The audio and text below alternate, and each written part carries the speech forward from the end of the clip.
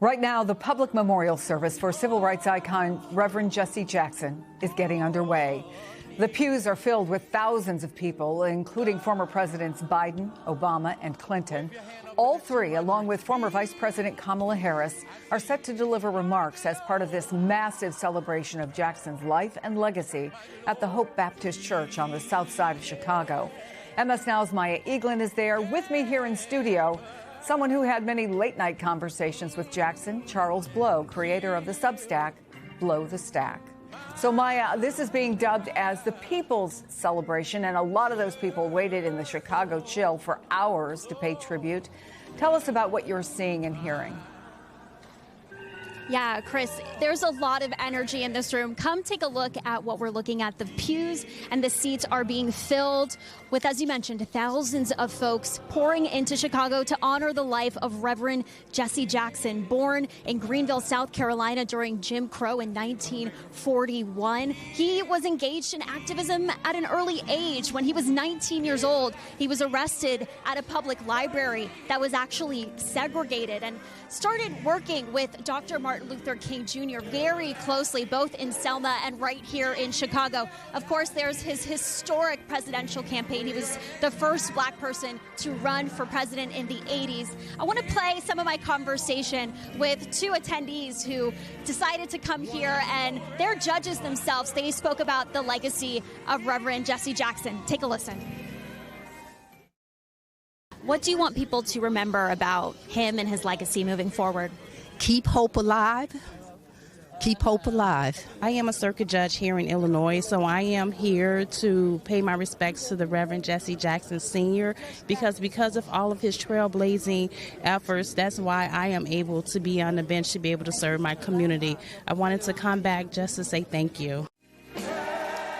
Operation Rainbow Push was one of his big initiatives. It continues today in hopes of closing the disparities for communities in need, communities of color. And so today we're going to be hearing from a lot of folks continuing that legacy and continuing the momentum that Reverend Jesse Jackson gave to all of us. Chris.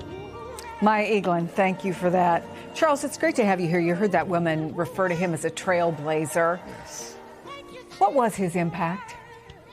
It was enormous. I mean, I think for people like me, I'm born in 1970, right after the Civil Rights Movement, so you don't have an intimate knowledge of the Civil Rights Movement. You learn about it from stories that your parents tell you, you learn about it from reading about it.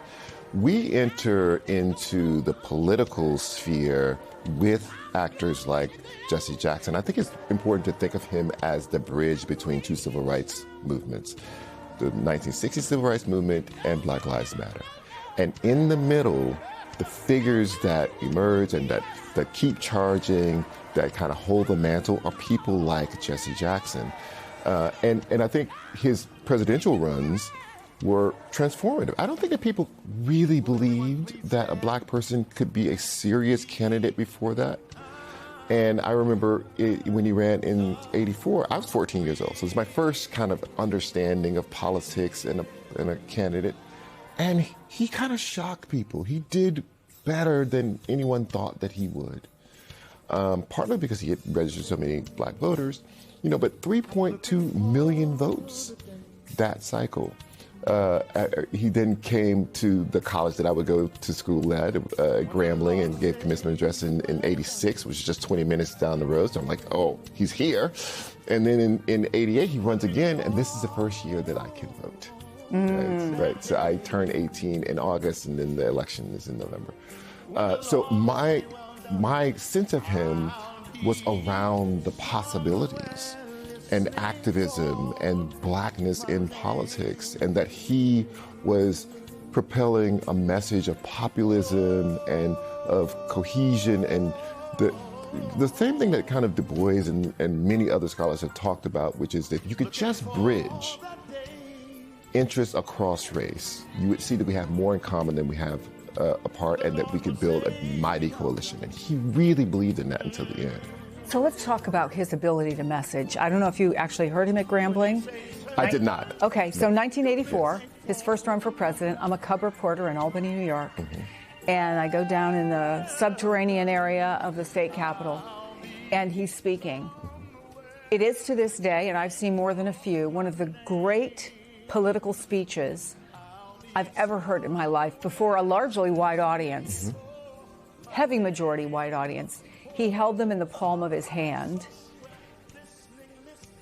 You spoke to him many late nights and early mornings. I've tried it in the times that I interviewed him. How does a person's mind work that they're able to take the most complex of messages and really quiet the masses in a way to hear your every word? It's an incredible gift that he had. His kind of total recall of names and dates and phenomena in society, particularly around social justice issues. And so when he had that hot mic thing during when Barack Obama was running, and a lot of people condemned him for it. Even his own son had to distance himself from it. And I wrote a column about it, and it was kind of snarky. And soon after that, he came to visit the New York Times editorial board, so I went to the meeting. He kept making eye contact with me the whole meeting, and I'm like, oh my God, he wants to talk about this column. I guess I got to take it, whatever. And when it was over, he says, hi, can I talk to you? And I found an empty conference room and went in with some of his aides. He didn't want to talk about that at all. He wasn't upset. He just wanted to, he saw a young person who looked like him, and he wanted to make sure that I understood things that from his perspective. He asked after that, he said things in that conversation he did not say in the meeting. He was like, I always think of it as a brother to brother kind of a conversation, the way he talked normally. And he wanted to have my number so he could call me later. And he would call me. I'm going to interrupt you for just a second, because Biden and Clinton are walking in. There I see Barack Obama. I mean, this is what you see for presidential memorials. They're here for Jesse Jackson again. So you get in a room with him. Yes. You're still pretty young. I'm very young. Nervous. I'm very young. But he starts to call. First, an aide would say, Reverend Jackson wants to speak to you. But then he would call on his own. This happened for years. And it was just him, I think, downloading. It wasn't a conversation. He wasn't asking me for anything. He didn't ask me to speak. He wanted to say, Blow. He would say, Blow, I want you to understand something. And he would just launch into 40 minutes of conversation. And it was just incredible. I may not have always agreed with the connections he was making, but the fact that he could beautifully articulate for 40 minutes on any subject particularly around justice and equality, was fascinating. I always called him like my civil rights Socrates, because I was the student in this and he was the teacher. There are 3 presidents who did groundbreaking things. Yes. For people of color.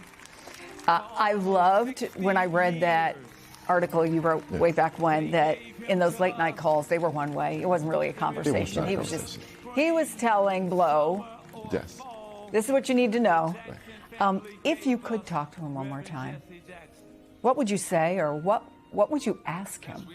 Oh, wow, that's interesting. Well, the one thing that I admired about him, the last time I interviewed him, I interviewed him on the record in 2018 for a book that I was writing, it's the same thing you described. Like he would see his mind work, and he would answer a question. He says, you know what, I'm not being articulate enough. Let me think. And he would go back and do it again. It would come out just like poetry. But he believed to the end in this idea that there must be a way to bridge the gaps across race. That was the only hope for America and its future.